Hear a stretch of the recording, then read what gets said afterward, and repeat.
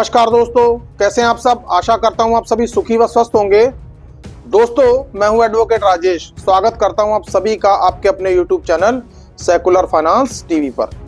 दोस्तों, आज हम क्रेडिट कार्ड का सेगमेंट शुरू करने जा रहे हैं। दोस्तों, क्रेडिट कार्ड्स, ओवरड्यूज और इनका रिकवरी प्रोसेस, आर्बिट्रेशन, लीगल, जो भी क्रेडिट कार्ड के अंदर कवर होगा दोस्तों, हम इसको कवर करते जाएंगे दोस्तों। लेकिन साथ के साथ हमारा अनसिक्योर्ड लोन वाला पार्ट यानी कि पर्सनल लोन वाला पार्ट भी चलेगा दोस्तों। बात करते हैं सबसे पहले क्रेडिट कार्ड की। दोस्तों, क्रेडिट कार्ड अनसिक्योर्ड लोन्स की ही कैटेगरी में आ जाता है दोस्तों। दो तरीके के लोन होते हैं, एक सिक्योर्ड लोन्स और एक अनसिक्योर्ड लोन्स दोस्तों। अनसिक्योर्ड लोन्स में जिसमें आपको किसी भी तरीके की कोई भी प्रॉपर्टी गिरवी नहीं रखनी पड़ती, वो सिर्फ आपके सिबिल स्कोर के ऊपर ही, आपके अच्छे बैंक स्टेटमेंट के बेसिस पर ही आपको वो लोन मिल जाता है दोस्तों। जैसे दोस्तों आप सभी जानते ही आजकल डिजिटल लैंडिंग का जमाना है, तो डिजिटल लैंडिंग में आपका पैन कार्ड और आपका आधार कार्ड देखकर और आपकी बैंक स्टेटमेंट देखकर ही आपको लोन अमाउंट आपके बैंक अकाउंट में डाल दी जाती है दोस्तों। और दोस्तों, उसी तरीके से क्रेडिट कार्ड भी है। क्रेडिट कार्ड जब आपका बनाया जाता है तो ये देखा जाता है कि आप किस तरीके के प्रोफेशन में हैं, क्या जॉब कर रहे हैं, आपकी अर्निंग क्या है दोस्तों, आपका सिबिल स्कोर कितना है दोस्तों। ये सब चीजें देखकर बैंक्स आपको क्रेडिट कार्ड ऑफर करते हैं दोस्तों। अलग अलग बैंक अलग अलग तरीके के क्रेडिट कार्ड आपको ऑफर करते हैं दोस्तों। जैसे एक्सिस बैंक के भी कई तरीके के क्रेडिट कार्ड्स हैं, HDFC के भी कई तरीके के हैं, सिटी बैंक, डायनर्स वगैरह वगैरह, लगभग सभी बैंकों के अपने अपने क्रेडिट कार्ड्स हैं दोस्तों। अब दोस्तों, सवाल यह पैदा होता है कि यदि क्रेडिट कार्ड का डिफॉल्ट हो जाए तो क्रेडिट कार्ड के डिफॉल्ट में सबसे महत्वपूर्ण टूल कंपनियां क्या अपनाती हैं दोस्तों। और दोस्तों, क्रेडिट कार्ड की रिकवरी में कंपनियां किस तरह से अपना प्रोसेस करती हैं दोस्तों, और उसमें क्रेडिट कार्ड के डिफॉल्टर को क्या क्या सावधानियां बरतनी चाहिए दोस्तों। आज हम क्रेडिट कार्ड के ऊपर ही शुरू करेंगे दोस्तों। मान लीजिए आपने किसी कंपनी से क्रेडिट कार्ड ले लिया है दोस्तों। क्रेडिट कार्ड लेने के बाद चलिए कुछ समय सही निकलता रहता है, हम पैसे देते रहते हैं, लिमिट यूज करते हैं, पैसे देते रहते हैं दोस्तों। लेकिन दोस्तों, एक चीज मैं आपको ये बताना चाहता हूं कि यदि आप क्रेडिट कार्ड यूज कर रहे हैं दोस्तों और क्रेडिट कार्ड की लगभग 60% से ऊपर लिमिट आप यूज कर चुके हैं, तो इस बात का आपको ध्यान रखना होगा कि क्रेडिट कार्ड की 60% लिमिट क्रॉस हो जाने के बाद आपके सिबिल स्कोर में वो चीज रिफ्लेक्ट करने लगती है दोस्तों।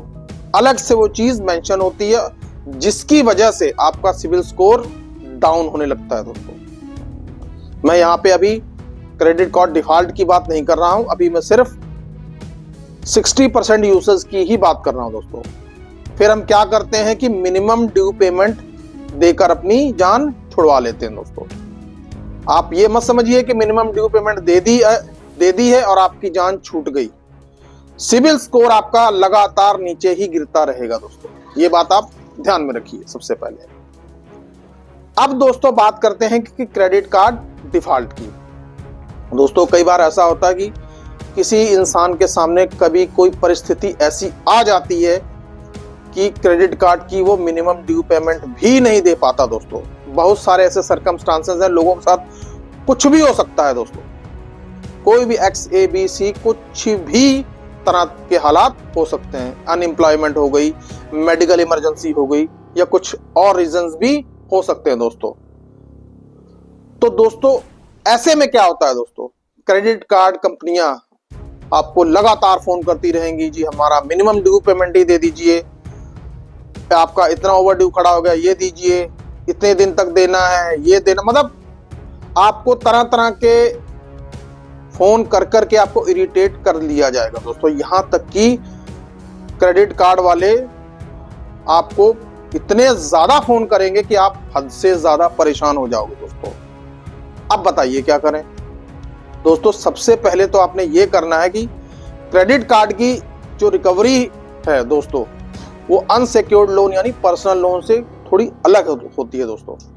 अब इसमें रिकवरी एजेंट्स पर्सनल लोन की तुलना में आपसे इतनी जल्दी अभी अभद्र व्यवहार नहीं करते दोस्तों। आपको वो यही कहते रहेंगे लगातार कि जी मिनिमम ड्यू पेमेंट ही कर दीजिए, इतनी ही पेमेंट कर दीजिए।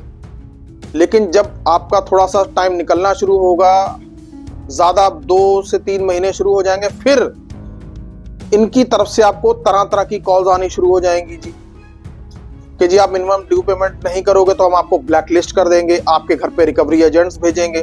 तो ये आपको रिकवरी एजेंट भेजने की धमकी देंगे दोस्तों। मैं आपको बिल्कुल रियल पिक्चर बता रहा हूं कि ऐसा ही होता है दोस्तों, क्योंकि मेरे कुछ ऐसे क्लाइंट्स हैं जिनकी क्रेडिट कार्ड डिफॉल्ट हुए हैं। मैंने उनसे ये पूछा कि भाई आप ये बताइए कि क्रेडिट कार्ड जब आपका डिफॉल्ट हुआ था तो ऑनलाइन जो कॉल करने वाले दोस्तों उनका बिहेवियर आपके साथ कैसा रहा। उन्होंने ये बताया कि जी देखिए कॉल्स तो लगातार आती रहती हैं, लेकिन ज्यादा समय तक मतलब महीना 2 महीना वो लोग बात आराम से ही करते कि भाई आप अपना due payment, minimum due payment दे दीजिए, बस इतनी ही बात वो करते हैं, ज्यादा इससे ज्यादा बात वो नहीं करते। लेकिन हरासमेंट तब शुरू होती है जब आपके 2 से 3 महीने निकल जाते हैं दोस्तों और आपका क्रेडिट कार्ड एनपीए होने लग जाता है दोस्तों। फिर ये लोग अपना असली रंग दिखाना शुरू कर देते हैं दोस्तों। कई बार तो ऐसे ऐसे शब्द इनकी तरफ से बोले जाते हैं कि इंसान सुन नहीं पाता। अब दोस्तों ऐसे में क्या करना चाहिए? सबसे पहले तो आप उनको ये समझाइए कि भाई हमारी आर्थिक स्थिति अभी ठीक नहीं है, ये परेशानी है या कोई भी रीजन है, उनको समझाने की कोशिश कीजिए। समझ जाते हैं तो ठीक है, नहीं समझते तो आप 1 बार देखिए, 2 बार देखिए, फिर उसके बाद इनके कॉल्स उठाना बंद कर दीजिए दोस्तों। किसी तरीके की आपके ऊपर एफआईआर नहीं होने वाली, किसी तरीके की आपके ऊपर कोई कानूनी कार्रवाई नहीं होने वाली। और एक चीज का ध्यान रखिए, क्रेडिट कार्ड में भी यदि आपने कोई सामान खरीदा है दोस्तों और आपने ईसीएस ऑन करवा दिया तो इस केस में भी आपके खिलाफ ईसीएस बाउंस का केस हो सकता है दोस्तों। जी हाँ दोस्तों, क्रेडिट कार्ड में भी ईसीएस बाउंस का केस हो सकता है यदि आपने क्रेडिट कार्ड से कोई बड़ी परचेज की है और ईसीएस आपने शुरू करवाया हुआ दोस्तों। हाँ, लेकिन जिसने ईसीएस नहीं करवाया उसको तो सिर्फ कलेक्शन की कॉल्स आती रहेंगी और रिकवरी की भी कॉल्स आती रहेंगी दोस्तों। अब दोस्तों आगे बढ़ते हैं। आपने लगातार आ रही कॉल्स को नहीं सुनना है दोस्तों। कॉल्स को ज्यादा से ज्यादा कोशिश करिए अवॉइड करिए दोस्तों। फिर धीरे धीरे क्या होगा, ये आपको लोक अदालत का भी नोटिस भेज देंगे दोस्तों। जैसे अभी 14 दिसंबर को अभी लोक अदालत लगने वाली है दोस्तों, नेशनल लोक अदालत। तो कई सारे ऐसे मेरे क्लाइंट्स हैं, उनको इस तरीके के नेशनल लोक अदालत के नोटिस आ चुके हैं दोस्तों, उन्होंने हमें दिखाया है। तो दोस्तों यहाँ पर मैं आपको ये चीज भी बताना चाहता हूँ, यदि आपके पास आपका केस सेटल करने के पैसे हैं तो जाइए, नहीं है तो मत जाइए, कोई फर्क नहीं पड़ता दोस्तों। आपके ऊपर किसी भी प्रकार की कोई कानूनी कार्रवाई नहीं होगी अनलेस, यदि मैं फिर से कह रहा हूं, यदि आपने क्रेडिट कार्ड से कोई अमाउंट आपने ईएमआई में की है दोस्तों और ईसीएस एक्टिवेट किया है दोस्तों, अदरवाइज कुछ भी नहीं होगा दोस्तों। हाँ दोस्तों, लेकिन एक चीज मैं आपको कहना चाहूंगा कि यदि आपने किसी बैंक से क्रेडिट कार्ड लिया है दोस्तों तो आप उनके पैसे मॉरल ग्राउंड के ऊपर जरूर लौटाने की कोशिश करें, चाहे बेशक सेटलमेंट करके ही सही, लौटाइए जरूर दोस्तों। फिर आप धीरे धीरे देखेंगे कि कंपनीज की कॉल्स आनी आपको बंद हो जाएंगी दोस्तों।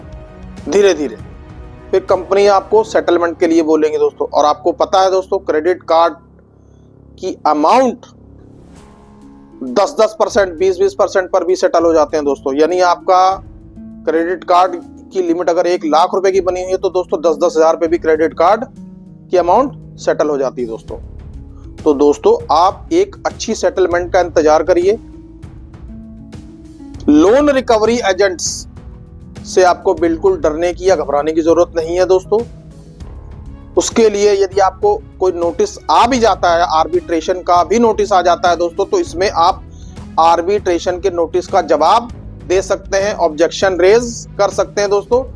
तो आर्बिट्रेशन की प्रक्रिया जो है वहीं की वहीं रुक जाएगी दोस्तों। यदि फिर भी आपके खिलाफ यदि अवार्ड पास हो जाएगा तब भी आप उनको नोटिस दे सकते हैं कि भाई आप हमारे ऊपर एग्जीक्यूशन नहीं कर सकते, क्योंकि हमने आपको ऑब्जेक्शन रेज पहले से ही किया था दोस्तों। तो दोस्तों ध्यान रखिए, क्रेडिट कार्ड में यदि डिफॉल्ट हो जाता है दोस्तों, तो पहली बात यह है कि यदि आपको डिफॉल्ट हुए 4 से 5 या 6 महीने हो गए हैं तो आप ये मत समझिए कि आप मिनिमम ड्यू दे के भी छूट जाएंगे दोस्तों, क्योंकि आप जो भी मिनिमम ड्यू देंगे या जो भी पार्शियल अमाउंट देंगे वो सारी की सारी आपके ओवर ड्यू चार्जेस वगैरह में सब निकल जाएंगी दोस्तों। क्रेडिट कार्ड में इतने ज्यादा ओवर ड्यू होते हैं कि उसको भरते भरते आपकी जेब ही खाली हो जाएगी। तो दोस्तों यदि आप चुकाना चाहते हैं पैसा तो सेटल करके सारा पैसा एक बार में चुका दीजिए, ना तो आपके सर पे ओवरड्यू का झंझट रहेगा, ना किसी तरीके के अनड्यू चार्जेस आपको फेस करने पड़ेंगे दोस्तों। बाकी जहां तक कॉल्स की बात है, तो कॉल्स यदि आपको परेशान कर रही हैं तो मत उठाइए, चाहिए तो ब्लॉक कर दीजिए दोस्तों, कोई कुछ नहीं कर पाएगा आपका। और दोस्तों रिकवरी एजेंट्स अगर आपके पास आते हैं तो भाई आप उनसे 2-3 बात पूछिए कि भाई पहले तो अपना आई कार्ड दिखा, आने की परमिशन अथॉरिटी दिखा, किस बैंक से आया है वो दिखा, 3-4 चीजें आप बंदे से मांगिए। अगर एक भी चीज आपको वो नहीं दिखा पाता ना, चुटकी मार के उसको रवाना कर दीजिए, ठीक है। डरने घबराने की जरूरत नहीं है। घर में रह रहे हैं तो आप घर में उसको एंटर मत करवाइए, उसको कुर्सी ऑफर मत कीजिए, बाहर से बाहर ही रफा दफा कर दीजिए दोस्तों। ज्यादातर एजेंट्स जो ऐसे होते हैं उनके पास ज्यादातर चीजें ये होती ही नहीं, तो इसलिए रिकवरी एजेंट से आपको डरने या घबराने की जरूरत नहीं है दोस्तों, क्योंकि रिकवरी एजेंट आपका कुछ भी नहीं बिगाड़ सकता। रिकवरी एजेंट यदि आपसे बदतमीजी करने की कोशिश भी करे, सीधा 100 नंबर घुमाइए, पुलिस को बुलाइए और भाई साहब को उठवाइए, पुलिस खुद ही उठा ले जाएगी, उन्हें पूछेगी भाई किस बेस पे बदतमीजी कर रहे हो आप ये मत सोचिए कि आप क्रेडिट कार्ड का आपने डिफॉल्ट किया है तो पुलिस आपका साथ नहीं देगी, पुलिस आपका ही साथ देगी, क्योंकि कंप्लेंट आपने की है दोस्तों। तो दोस्तों ये था क्रेडिट कार्ड के ऊपर छोटा सा एक वीडियो। आशा करता हूं कि मेरे द्वारा दी जानकारी आपके शायद समझ में आ गई होगी। तो दोस्तों क्रेडिट कार्ड को यदि आपका डिफॉल्ट हो गया है दोस्तों, तो कुछ सावधानियां आपको बरतने की जरूरत है दोस्तों, ताकि आप आने वाली परेशानी से बच सके दोस्तों। क्रेडिट कार्ड के ऊपर हम आगे भी वीडियोस डालते रहेंगे दोस्तों। तब तक सुखी रहिए, स्वस्थ रहिए। जय हिंद, जय भारत।